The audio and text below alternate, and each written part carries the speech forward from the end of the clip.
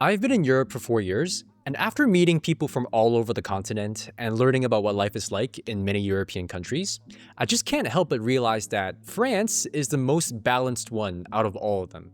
Like, I genuinely think that if there's a place that combines all the good things from each European, or at least Western European country, it would have to be France. And before someone says this in the comments, yes, I know that not every person from the same country acts the same way.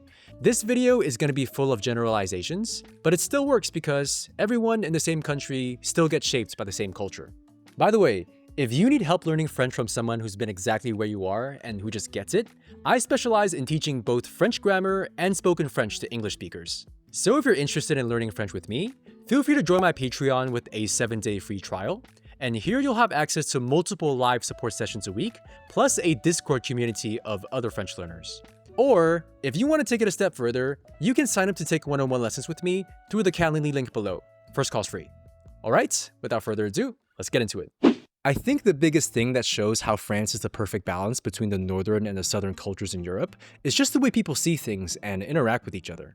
And before I even say anything else, I think this meme right here is a really funny representation of what I'm going to be talking about for the next couple of minutes. Southern Europeans like the Spaniards, Greeks, Portuguese, and especially the Italians tend to be quite loud, lively, and incredibly expressive.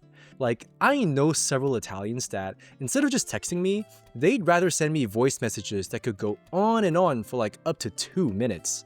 They talk about so many new things that by the end of that voice message, even I'd struggle to remember what the original point even was.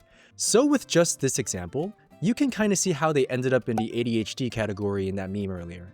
Also, this might not be relevant to the main point, but most Italians I've met are so radiant to the point that, even after 4 years in Europe, I still can't help but feel like Italian women are borderline flirting with me whenever I talk to them, like at least 70% of the time.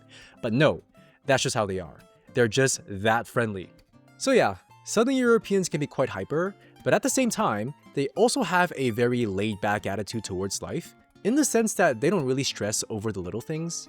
Generally speaking, they don't mind making plans spontaneously instead of planning things ahead. They don't mind sitting on the floor of the metro. They're quite comfortable interacting with strangers. Like, I've lost count of how many times I've seen conga lines and street parties pop out of nowhere in plazas in Italy, for example. I just get the sense that they don't really have to deal with the pressure of having to put too much thought into everything, which for me is a good thing, but then the downside of all of this is that this can also come with a certain level of complacency and messiness, which I'll also get into a bit later on in the video as well. On the other hand, you have Europeans from further up north, like the Germans, the Flemish Belgians, the Dutch, and people from all the Nordic countries, and they tend to be very reserved and socially cautious because they really feel like they have to respect your personal space and privacy.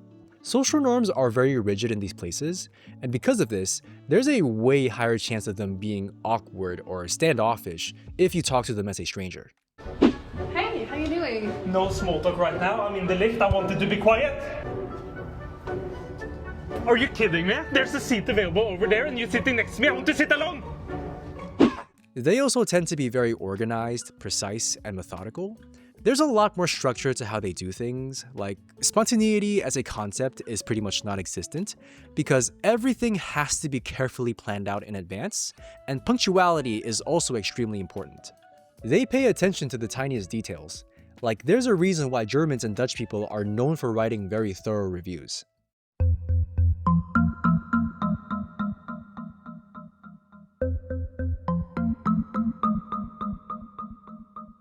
Numbers are also a big part of this, and I think a really funny example is how in the northern countries, everything has to be accounted for down to the exact cent. Whether you're eating out, grabbing drinks, or buying groceries with other people, or just taking part in any kind of group activity, it's kind of normal for everyone to calculate and pay exactly what they owe, and there are apps that are built specifically for this too. There's a reason why sending tikkies for all sorts of things is such a big thing in the Netherlands, and based on what I've heard from the Swedes and Norwegians that I've talked to, it's pretty much the same thing in those countries as well, just with different apps like Vips, Swish, or Splitwise. There's a bunch of Reddit threads about this, and I remember reading about someone that got offered a ride home after a night out, and then getting sent a tikkie afterwards to pay for the fuel, which is insane. It's not a surprise that none of the northern cultures in Europe are known for being generous, no offense.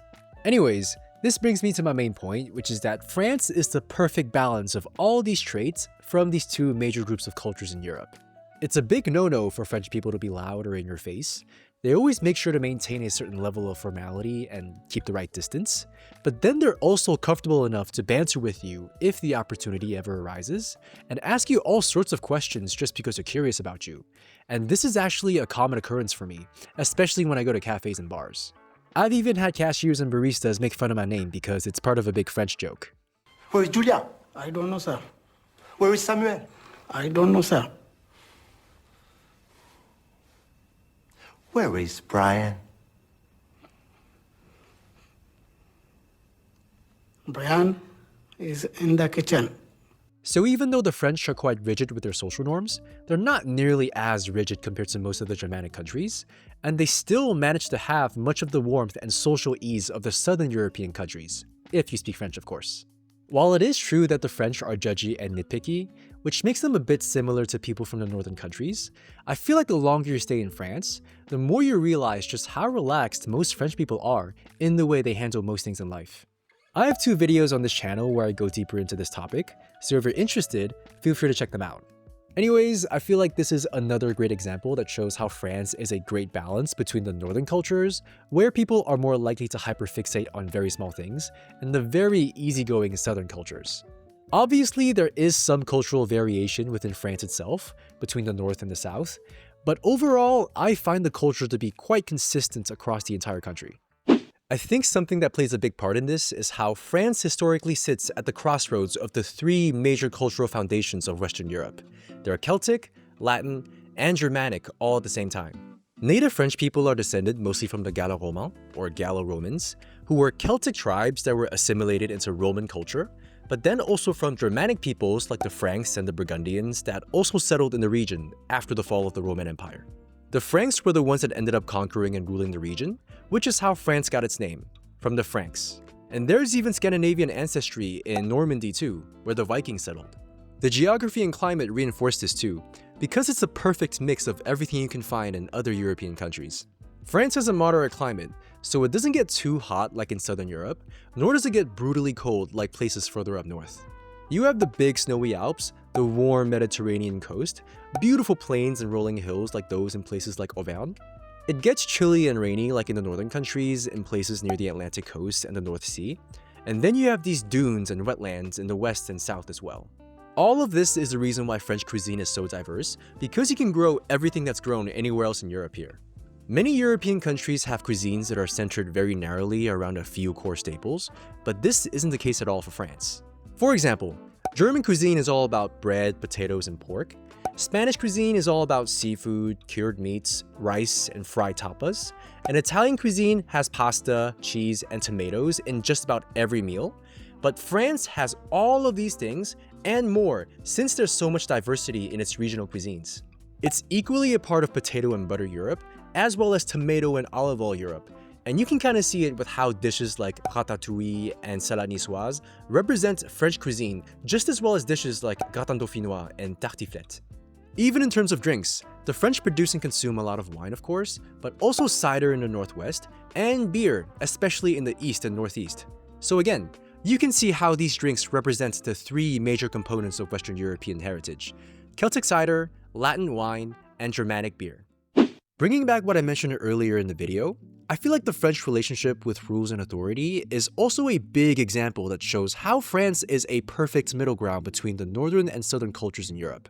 Hierarchy is a big part of French culture, and life in France can be very structured in so many ways because there's a big emphasis on formality, authority, and protocol. Again, you're expected to maintain a certain level of politeness and distance with most people you meet. Most people are brought up to respect authority because of the very authoritative approach that a lot of French parents and teachers take, and the French administration has a reputation for being horribly inefficient because it's somehow common practice in France to be obsessed with procedure. But at the same time, French people love challenging authority when they feel like it gets taken too far. For example, they're not afraid of putting up boundaries and pushing back against what they feel like are unreasonable demands at work, for example. And of course, at the national level, France is known for having the most rebellious population with all these huge strikes and protests. And despite how obsessed with procedure the French administration might seem, I've come to find out that there's actually a lot more flexibility in the system than you might think, if you know how to plead your case well. I've run into a bunch of hiccups these past 4 years as a foreigner living in France. Like, I've gotten my visa stolen right before I had to travel outside of the EU. I've been extremely late on renewing my visa. And I also have an irregular case since I decided not to get a French job after graduation. But the French administration has tried their best to help find a solution for me every single time, just because I asked nicely. So in general, I find the French to be very comfortable bending the rules whenever it's practical, or just human to do so. It's not like Germany where people take all the rules extremely seriously. Like, everyone there waits for the light to turn green before crossing an empty street. People could call the cops on you if you don't respect the quiet hours because you're legally obliged to do so. Your trash won't get removed if you don't sort all of it correctly. You can't recycle glass on Sundays because, again, you have to be quiet. And the German administration definitely will not make any accommodations for you if you don't have every single detail on your documents on point. But it's also not as chaotic as places like Italy either, where people don't care about crossing the street on a red light, they don't care about being loud, and the bureaucracy is a total mess. From what I've heard about the southern European countries, the process you have to go through when applying for anything tends to be very unclear. Because information can be so hard to find, the guidelines can always change without notice, and things often get delayed, seemingly for no reason at all. So in regards to all of this, France is a great middle ground where rules and structure matter a lot, but there's also a level of leeway that helps smooth everything out when needed. Going back to what I already brought up earlier on social norms, again, French society has social codes that are quite rigid on the surface. There's a pressure to behave properly, dress well, and just abide by all the unwritten rules of social interaction. So there's a lot more stuff that you have to be mindful of in France compared to the southern European countries for sure. But at the same time, unlike the northern countries where you're much more discouraged from standing out, self-expression and individuality are actually valued quite highly in France. I find the French to have a high level of acceptance and even admiration for people who have strong personalities, given that they also know how to be tactful and socially aware. So not just your average loud, obnoxious American. And even though French people will judge you, they'll also end up respecting you a lot, depending on how well you respond to getting judged. So once again, this is another way that France manages to balance culture from the north and south of Europe. And there you have all my arguments as to why France is the most balanced country in Europe. I hope this video was interesting for you, and let me know in the comments below if this video made sense for you or not. I'm always looking forward to reading what you guys have to say. If you need help in your French learning journey, feel free to check out the links in the description below. You can either join my Patreon or sign up to take one-on-one lessons with me, and you can try both for free.